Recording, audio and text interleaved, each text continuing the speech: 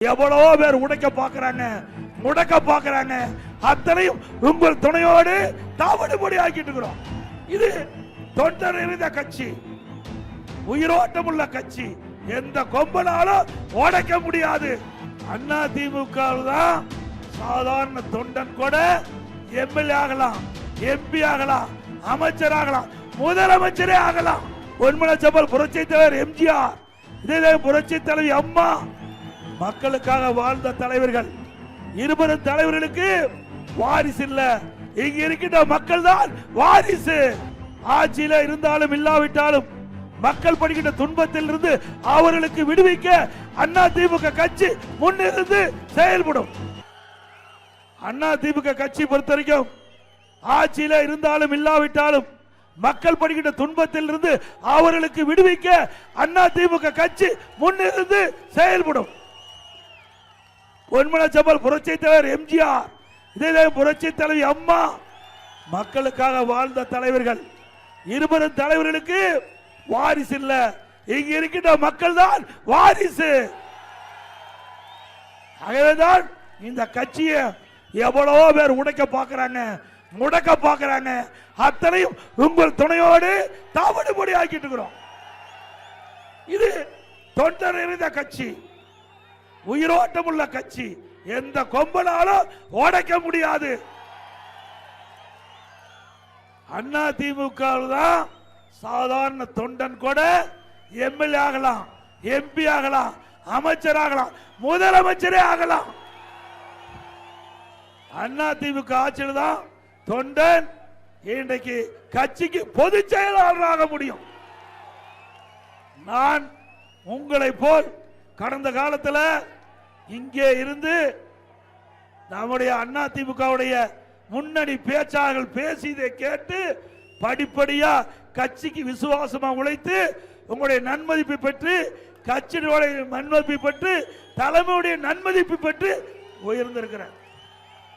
நான் கிளைக்கழக செயலாளராக 1974 நான் கட்சி பணி துவங்கினேன். பிறகு ஒன்றிய பொறுப்பு, மாவட்ட பொறுப்பு, மாநில பொறுப்பு. உங்களால் இன்றைக்கு பொதுச் செயலாளர் என்ற பொறுப்பை கொடுத்திருக்கின்றார்கள். சிந்திச்சு பாருங்க, திமுக வர முடியுமா? திரு கருணாநிதி குடும்பம் இன்றைக்கு கட்சியிலும் சரி, ஆட்சியிலும் சரி, வேற எவரும் உயர்ந்த பதத்துக்கு வர முடியுமா? திமுக குடும்ப கட்சி. திமுக ஒரு கார்பரேட் கம்பெனி. அது கட்சி இல்ல, கம்பெனி ஆகி போச்சு. அந்த கம்பெனி இன்னைக்கு திரு கருணாநிதி அவர்கள் இருந்தாங்க. அதுக்கு பிறகு திரு ஸ்டாலின் வந்திருக்கிறாரு. இப்போ உதயநிதி வர்றதுக்கு முயற்சி பண்ணிட்டு இருக்கிறாங்க. அவரை முத இளநிலை திமுக இளநிலை செயலர் ஆக்கினாங்க, அப்புறம் எம்எல்ஏ ஆக்கினாங்க, அப்புறம் அமைச்சர் ஆக்கினாங்க, இப்போ துணை முதலமைச்சர் ஆக்கியிருக்கிறாங்க. ஏங்க, இந்த பகுதியில் எவ்வளவு மூத்த தலைவர் இருக்கிறாங்க, திமுக எவ்வளவு போராட்டம் பண்ணியிருக்கிறாங்க. அதை பத்தி இந்த திமுக கட்சியில் சிந்திச்சாங்களா? வர முடியாது. திமுக குடும்பத்தில் பிறந்தா தான் கட்சிக்கு பதவிக்கு வர முடியும், ஆட்சி அதிகாரத்துக்கு வர முடியும்.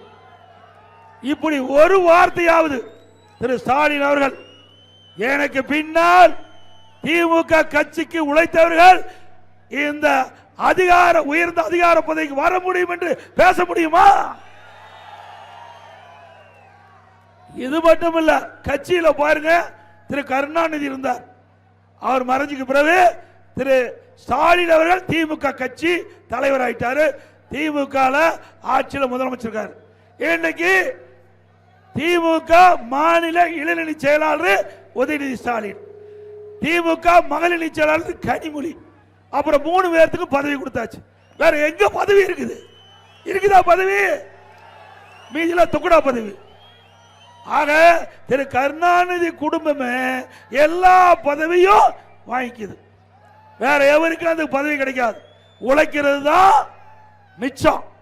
ஆனா அந்த கட்சியில மரியாதை கிடையாது, உழைப்பவர்களுக்கு பலனும் கிடையாது. இங்கதான் இப்படின்னா டெல்லிக்கு போனாலும் அங்கேயும் திமுக குடும்பத்தை சேர்ந்தவர்கள், அதுவும் திரு கருணாநிதி குடும்பத்தை சேர்ந்தவர் தான் அங்கேயும் ஆட்சி அதிகாரத்துக்கு வர முடியும். உதாரணத்துக்கு இப்போ இன்னைக்கு மக்களவை குழு உறுப்பினர் யாருன்னா திருமதி கனிமொழி, வேற யாரும் இல்லையா? அங்க எம்பியில குழு தலைவரும் கருணாநிதி குடும்பத்தை சேர்ந்த திரு கருணாநிதி மகள் திரு கனிமொழி தான் இருக்கிறாங்க. ஆக வாரிசு அரசியலுக்கு முற்றுப்புள்ளி வைக்கின்ற தேர்தல் 2026 தேர்தல். குடும்ப ஆட்சிக்கு முற்றுப்புள்ளி வைக்கின்ற தேர்தல் 2026 தேர்தல். செய்வீங்களா? இங்க இருக்கிற அமைச்சர் மிகப்பெரிய கோடீஸ்வரர் தெரியும். தயவு செய்து அடுத்த முறை அவருக்கு வாய்ப்பு கொடுத்துறாதீங்க. கொடுத்தீங்க உங்க ஒட்டச்சத்திற்கு தொகுதி எல்லாம் பட்டா போட்டுருவார், எல்லாம் வாங்கிடுவார். அப்புறம் நீங்களா அன்னக்காவடி ஆகிடுவீங்க. வேற வழியே இல்லை. நல்லதுக்கு சொல்றேன், நீங்களே சிந்திச்சு பாருங்க. எப்படி இருந்தாரு, இப்ப எப்படி இருக்காருன்னு பாருங்க. அண்ணா திமுக வேட்பாளருக்கு இந்த முறை ஆதரவு கொடுங்க, வெற்றி பெற செய்யுங்க. நிறைய திட்டத்தை கொடுங்க. ஆக திராவிட முன்னேற்ற கழக ஆட்சியில் இன்றைய மின் கட்டணம் 67% வீட்டுக்கு உயர்ந்து போச்சு. 67% வீட்டுக்கு உயர்வு. கடைக்கு பீக்கவர் டபுள் சார்ஜ். இந்த நகராட்சி பேரூராட்சியில் இன்னைக்கு அண்ணா திமுக ஆட்சியில் வீட்டு வரி 1000 ரூபாய் இருந்தா, திமுக ஆட்சியில் 100% வீட்டு வரி உயர்த்தி 2000 ரூபாய் கட்ட வேணும். அதே மாதிரி அண்ணா திமுக ஆட்சியில் கடவரி உயர்த்தல, திமுக ஆட்சியில் 150% கடவரி உயர்த்திட்டாங்க. அண்ணா திமுக ஆட்சியில் 1000 ரூபாய் கடவரினா இப்ப திமுக ஆட்சியில் 2500. குடிநீர் வரி உயர்வு போதாதுக்கு குப்பைக்கு வரி போட்டாங்க. வரி போடாததே கிடையாது. அத்தனை வரி போட்ட அரசாங்கம் திமுக அரசாங்கம். அது மட்டுமல்ல, இந்த நகராட்சி மாநகராட்சியில் அதிக ஊழல் செய்கின்ற அரசா கட்சி திமுக கட்சி. இன்னைக்கு மதுரையில் 200 கோடி ஊழல். நம்முடைய மக்கள் வீட்டு வரி கட்டுறாங்க, கடை வரி கட்டுறாங்க, குடிநீருக்கு அங்க வரி கட்டுறாங்க, குப்பைக்கு வரி கட்டுறாங்க. அது மட்டும் இல்லைங்க, மதுரையில் ஆட்டுக்கு வரி, மாட்டுக்கு வரி, குதிரைக்கு வரி, போல பன்னிக்கு வரி, இத்தனை வரி போட்டு இவர் கொள்ளையடிச்சிட்டு இருக்காங்க. இந்த வரி எதுக்கு போடுறாங்க? அங்க இருக்கிற மக்களுக்கு தங்குதடையால குடிநீர் கொடுக்க வேணும், அங்க இருக்கிற குப்பை முழுசா அகற்றணும், அங்க இருக்கிற ஸ்ட்ரீட் லைட் வீதி விளக்கு முழுமையா எரிய வேணும், அங்க இருக்கிற மக்களுக்கு நல்ல குடிநீர் வசதி கொடுக்கணும். இப்படி நிறைய திட்டங்களை கொடுக்க வேணும். இதுக்காகத்தான் வரி போட்டு நம்ம கிட்ட வசூல் பண்றாங்க உள்ளாட்சி அமைப்பு. ஆனா இந்த பன்னிக்கு போட்ட வரி கூட கொள்ளையடிக்கிற கட்சி திமுக கட்சி, திமுக மேயர். நம்முடைய திண்டுக்கல் மாநகராட்சியில் 4,66,00,000 இன்றைக்கு முறைகேடு நடந்ததா கண்டுபிடிக்கப்பட்டு அந்த அதிகாரிகளை இன்றைக்கு கைது செய்யப்பட்டிருக்கிறாங்க. யாரு? திமுக ஆட்சி, திமுக மேயர். அதுல முறைகேடு கண்டுபிடிச்சா அதிகாரி தான் கைது பண்ணிருக்காங்க, மேயரை எதுவுமே செய்யல. மதுரையிலே அப்படித்தான். மதுரை மேயருடைய கணவரை கைது பண்றாங்க. அதுக்கு காரணமான மேயரை கைது பண்ற. மேயர் இருந்தா தானே கணவர் ஊழல் செய்ய முடியும். ஆக மேயருடைய தூண்டுதல் இல்லாம, மேயருடைய அதிகாரம் இல்லாத ஊழல் செய்ய முடியுமா?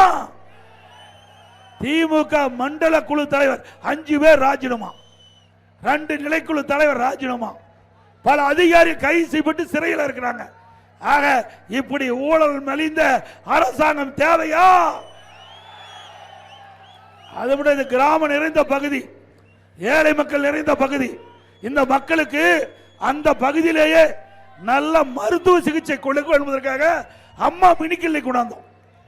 அம்மா மினி கிளினிக் 2000 அம்மா மினி கிளினிக் தமிழகத்தில் அறிவிக்கப்பட்டு அதையெல்லாம் நாங்கள் திறந்து அங்க இருக்கிற மக்களுக்கு, ஏழை மக்களுக்கு அம்மா மினி கிளினிக்ல நல்ல சிகிச்சை அளிச்சோம். அது பொறுக்க முடியல திரு ஸ்டாலின் அரசாங்கத்துக்கு. உடனே பார்த்தாங்க, ஆனா இந்த அம்மா மினி கிளினிக்ல மக்களுக்கு அதிகமா நல்ல மருத்துவ சிகிச்சை கிடைக்குது, அண்ணா திமுக கட்சிக்கு நல்ல பேர் வருதுன்னு ரத்து பண்ணிட்டாங்க. ஏழைகளுக்கு மருத்துவ சிகிச்சை கொடுப்பதை கூட பொறுத்து கொள்ள முடியாத அரசாங்கம் திரு ஸ்டாலின் மாடல் அரசாங்கம். இவரெல்லாம் ஏழைகளை காப்பாற்ற போறாங்க. ஒரு திட்டத்தை கொண்டு வருகின்ற பொழுது அது மக்களுக்கு நன்மை கிடைக்கும் சொன்னா அடுத்த அரசாங்கம் வரும்போது அது தொடர்ந்து செயல்படணும். அப்பதான் அந்த அரசாங்கத்துக்கு நல்ல மரியாதை மக்களுக்கு கிடைக்கும். ஆனா இந்த அரசாங்கத்தை பத்தி அதையெல்லாம் கவலை இல்லை. நாட்டு மக்கள் எக்கேடி கட்டு போனாலும் பரவாயில்ல, தன் குடும்பம் நன்றாக வசதியாக வாழ வேண்டும் என்று நினைக்கிற கட்சி திமுக கட்சி. திரு ஸ்டாலின் அவர்களே, நீங்கள் 2000 அம்மா மினி கிளினிக் தான் மூடி இருக்கிறீங்க. இங்க இருக்கிற மக்கள் துணையோடு அடுத்த ஆண்டு அண்ணா திமுக வெற்றி பெற்று ஆட்சி அமைத்து 4000 அம்மா மினி கிளினிக் திறக்கப்படும். 4000 அம்மா. ஏழைகளுக்கு வைத்தியம் செய்வது, ஏழைகளுக்கு சிகிச்சை அளிப்பது எந்த விதத்திலும் ஏற்றுக்கொள்ள முடியாது. அதை தடுப்பது எந்த விதத்திலும் ஏற்றுக்கொள்ள முடியாது. ஏழைகளுக்காக தொடங்கப்பட்ட கட்சி அண்ணா திமுக கட்சி. ஆக ஏழைகள் எப்பொழுதெல்லாம் வஞ்சிக்கப்படுகிறார்களோ அப்பொல்லாம் தடுத்து நிறுத்தி உடைத்து அந்த மக்களுக்கு நன்மை செய்யக்கூடிய கட்சியாக அரசாங்க அண்ணா திமுக அரசாங்கம் இருக்கும் என்பதை நேரத்தில் தெரிவிக்க விரும்புகின்றேன். அது மட்டுமல்ல, இது கிராமம் சூழ்ந்த பகுதி. இன்றைக்கு ஏழை மக்கள் நிறைந்த பகுதி. விவசாயி, விவசாய தொழிலாளி, இப்படி கைத்தறி தொழிலாளி, இன்றைக்கு பல தொழிலாளிகள் குழந்தை அரசாங்க பள்ளியில் படிக்குது. இன்னைக்கு அரசாங்க பள்ளியில் படிக்கின்ற மாணவ செல்வங்கள் பெரும்பாலும் ஏழை குடும்பத்தை சேர்ந்ததுதான். அந்த மாணவர்கள் மருத்துவராக வேண்டும். அதற்காக அண்ணா திமுக அரசு கின்ற பொழுது 7.5% உள்ஒதுக்கீட்டை கொண்டு வந்து சட்டம் இயற்றப்பட்டு அமுல்படுத்தப்பட்டு இன்றைய தினம் 2818 அரசு பள்ளியை படித்த மாணவ மாணவிகள் மருத்துவ கல்வி கிடைச்சிருக்குது. இந்த இடஒதுக்கீட்டில் மூலமாக தேர்வு செய்யப்பட்ட அனைவரும் அரசு பள்ளியை படித்த ஏழை மாணவர்கள். அவர் மருத்துவ கல்வி கட்டணம் செலுத்த முடியாத ஒரு சூழ்நிலை என்னுடைய கவனத்திற்கு வந்தவுடன் உடனடியாக அந்த 7.5% உள் இடஒதுக்கீட்டை இடம் கிடைத்தவர்களுக்கு ₹1 கட்டணம் செலுத்த வேண்டியதில்லை. அரசாங்கமே செலுத்தும். அரசாங்கமே அந்த மருத்துவ கல்வி கட்டணத்தை செலுத்தி ₹1 செலவு இல்லாம அரசு பள்ளியை படித்த ஏழை எளிய குடும்பத்தில் இருந்த மாணவனை இன்றைக்கு டாக்டர் படிப்புக்கு படிச்சிட்டு இருக்கிறாங்க. இது அண்ணா திமுக சாதனை. இப்படி ஒரு சாதனையாவது ஸ்டாலின் அரசு சொல்ல முடியுமா? எப்பொழுது பார்த்தாலும் சொல்றார். திரு முதலமைச்சர் ஸ்டாலின் சொல்றார், இங்க இருக்கின்ற அமைச்சர் சொல்றார், தேர்தல் நேரத்தில் திமுக கொடுக்கப்பட்ட தேர்தல் அறிக்கை எல்லா குடும்ப தலைவிக்கும் மாதந்தோறும் 1000 ரூபாய் உரிமை தொகை கொடுப்பதாக. நம்ம வீட்டில இருந்தா கொடுக்கிற, அரசாங்க பணத்தில் கொடுக்கிற. அது எப்ப கொடுக்கிற? 28 மாசம் கழிச்சு தான் கொடுக்கப்பட்ட வாக்குறுதியின்படி கொடுக்கிற. அதுவும் அனைத்து இந்திய அண்ணா திராவிட முன்னேற்ற கழகம் பிரதான எதிர்க்கட்சி சட்டமன்றத்திலே நான் எதிர்க்கட்சி தலைவராக இருக்கின்றேன். தொடர்ந்து சட்டமன்றத்திலே இந்த அரசுக்கு அழுத்தம் கொடுத்தோம். எங்களுடைய சட்டமன்ற அண்ணன் அத்த விஸ்வநாதர்கள், அண்ணன் திண்டுக்கல் சி சீனிவாசன் அத்தனை பேரும் சட்டமன்றத்திலே நீங்கள் இந்த வாக்குறுதியை நிறைவேற்ற வேண்டும். தேர்தல் நேரத்திலே அந்த குடும்ப தலைவருடைய வாக்குகளை பெற்று ஆட்சிக்கு வந்த பிறகு கொடுக்கப்பட்ட வாக்குறுதியை நிறைவேற்றவில்லை. 28 மாத காலம் உருண்டு ஓடிவிட்டது. இதை நடைமுறைப்படுத்த வேண்டும் என்று அரசாங்கத்துக்கு அழுத்தம் கொடுத்தோம். அண்ணா திமுக பொதுக்கூட்டத்தில் தொடர்ந்து பேசணும். வேற வழி இல்லாம இன்னைக்கு திராவிட முன்னேற்ற கழக அரசு மாதந்தோறும் 1000 ரூபாய் உரிமை தொகை 28 மாசம் கழிச்சு கொடுத்த அரசாங்கம் தான் விடியா திமுக அரசு. இந்த குடும்ப தலைவருடைய கஷ்டத்தை பார்த்து கொடுக்கல, அண்ணா திமுக கட்சியுடைய அழுத்தத்தை பார்த்து தான் கொடுத்தாங்க. இதுவும் அண்ணா திமுக தான் கொடுத்தது. அது மட்டும் இல்ல, இப்பொழுது 30 லட்சம் பேருக்கு கூடுதலா கொடுப்பேன்னு அறிவிச்சிருக்கிறார். போன மாசம் எப்போ? இன்னும் 7 மாசம் தான் இருக்குது. திமுக ஆட்சியுடைய ஆயுள் காலம் 7 மாசம் இருக்குது. இந்த 7 மாசத்துக்கு 53 மாசம் போயிட்டுது. 7 மாசத்துக்கு 7000 ரூபாய் கொடுத்து அடுத்த ஆண்டு நடப்புகின்ற சட்டமன்ற பொதுத் தேர்தலில் இந்த 30 லட்சம் குடும்பத்துடைய வாக்குகளை பெறுவதற்காக தந்திரமாக ஸ்டாலின் மாடல் அரசு ஒரு நாடகத்தை அரங்கேற்குது. ஏன் இப்போ 30 லட்சம் பேருக்கு விதியை தளர்த்துன்னு சொல்றீங்களே? 28 மாசம் கொடுத்தீங்களா? அப்போ 28 மாசம் கழிச்சு அப்போதான் இந்த ஏழை குடும்பத்தை சேர்ந்த குடும்ப தலைவிக்கு அவருடைய படுகின்ற கஷ்டத்தை பார்த்து விதிகளை தளர்த்தி அப்பொழுதே கொடுத்திருந்தா 32 மாசத்துக்கு 32,000 ரூபாய் கிடைச்சிருக்கும். கிடைச்சிருக்கும்ல? இப்ப எதற்காக கொடுக்குறாங்க? இந்த குடும்பத்திற்கு ஓட்டுகளை வாங்குவதற்காக கொடுக்குறாங்க. அந்த குடும்ப தலைவருடைய கஷ்டத்தை பார்த்து கொடுக்கல. ஆக இப்படி மக்களை ஏமாற்றுகின்ற அரசு தேவையா? அதுவும் அண்ணா திமுக தேர்தல் அறிக்கையில் குறிப்பிட்டிருந்தோம். நல்லா பாருங்க, படிச்சு பாருங்க. அண்ணா திமுக தேர்தல் அறிக்கையில் அண்ணா திமுக ஆட்சிக்கு வந்தா குடும்பத்துக்கு 1500 ரூபாய் கொடுக்க சொன்னோம். 1500 ரூபாய் கொடுக்க சொன்னோம். ஆனா திமுக மக்களை பேசி பேசி கவர்ச்சிகரமா பேசி மக்களை ஏமாற்றி ஆட்சிக்கு வந்து அதை 28 மாசம் கழிச்சு அண்ணா திமுக கட்சியுடைய அழுத்தத்தில் தான் இந்த உரிமை தொகையை நம்முடைய குடும்ப தலைவி கொடுத்திருக்கார் என்பதை நீங்க எண்ணி பார்க்க வேண்டும். அண்ணா திமுக கட்சி உங்களுடைய கட்சி, ஏழை மக்களுடைய கட்சி, ஏழை மக்களுடைய சொத்து அண்ணா திமுக கட்சி.